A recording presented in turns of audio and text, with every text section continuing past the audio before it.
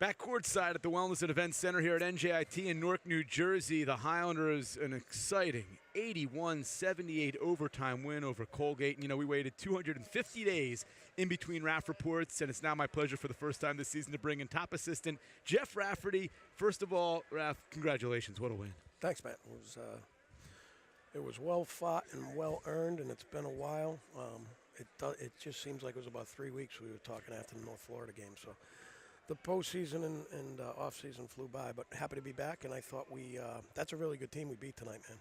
Colgate's good. They're good. Yeah, very good. They got better, of course, with the new kid transfer from Northwestern getting cleared to play. I don't know where to begin. I mean, first of all, this team, the Highlanders, played without their all-league player, Abdul Lewis.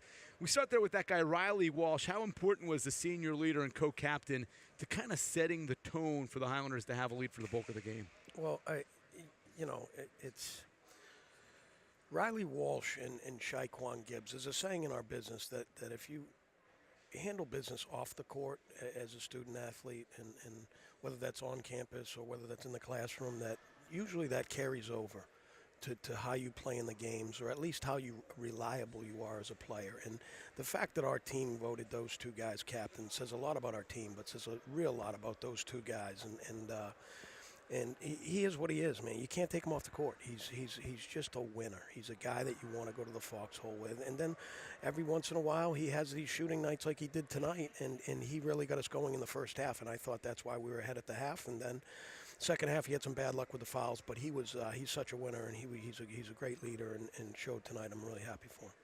Highlanders had a pretty big void to fill at that small forward position when you think about losing an all-league player. But this guy who just hit the jump shot a moment ago, San Antonio Brinson, boy, he had some very big plays, none bigger than that emphatic dunk in overtime that really got this thing going. Yeah, he played really well, but he's practiced well. He's a super, as we know, he's a super talented kid. He had a string of bad luck last year in the summer with the back and the hip pointer, and then he got a concussion on Halloween. So it really jammed up his freshman year. He didn't play until the second half of the season, significant minutes, but his best 2 games of the season were the last 2, and tonight he was pretty good. So he's put together three games in a row, showing us what type of player he is. And you know what? He's practiced better. He's getting more comfortable. He's got a chance to be a really good player if he can be consistent every day in practice and in games. But it's starting to carry over, and it's great because he's a super kid, and he's starting to figure this out now. Matt Provence with top assistant Jeff Rafferty. And, we didn't think DeAndre Wilson might even be able to play in this game, even a week or so ago. Not only did he play, he had the 4-point play in overtime that was the backbreaker for Colgate, then sealed it from the free throw line. How impressed are you with his effort despite, all the missed time with the knee injury? Yeah, he's been out. He's missed, 3 or 4 weeks, like you said, and he really, his first real practice, Tuesday, his first real practice was like Sunday, and I thought he was pretty good. And then Monday, I thought he had a great practice yesterday, so we figured out a way. We didn't know when we were going to get him in, but we did right before the half, and that kid's a winner. And like we saw last year, he's got an ability to really score the ball when our offense breaks down, and we needed that. It was a situation where we needed some points down the stretch, and he takes some shots that may not be good shots for other guys, but more often than not, they go in.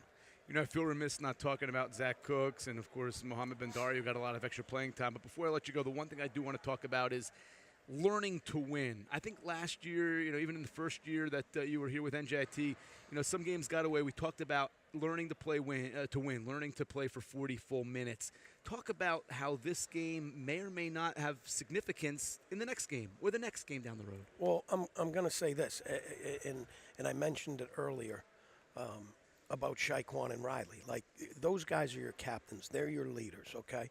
And they do things the right way every day, all day, classroom, on campus, in practice, in games.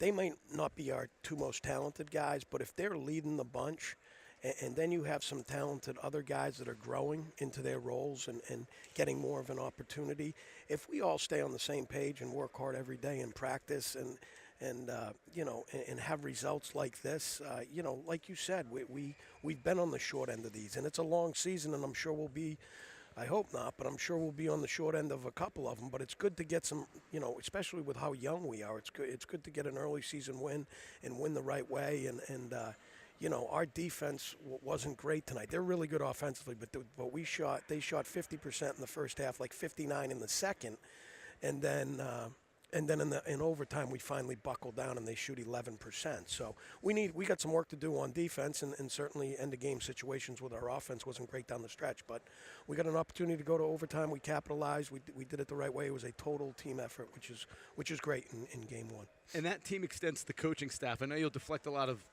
the accolades and the credit, but you didn't have Abdul Lewis tonight. You didn't know for sure if that was going to happen. You didn't know you were going to have DeAndre Wilson. There was a lot of moving parts, 3 freshmen, and yet you guys put it together against a team that last year was 1 game away from making the NCAA tournament and picked up a win in dramatic fashion. So I'm going to give a lot of credit to Coach Kennedy, you and the other guys over there, Steve and Kim and Joe, because I think tonight, like you said, total team, that's not just the guys wearing the uniforms. That was the guys in the suits on that bench. So great job. Get right back. I know you've got work to do for Binghamton on Friday, but enjoy this one somehow, some way. Just waiting for that film to come through the computer, hopefully in the next couple hours. So. This guy's not sleeping tonight. No. I'll tell you, this guy is going to be breaking down Binghamton while we're celebrating a victory. Anyway, great job. Big win. Highlanders win by 3 in overtime. Thanks for watching the first installment of the 2018-19 Raff Report. Here from Newark, where the Highlanders win 81-78.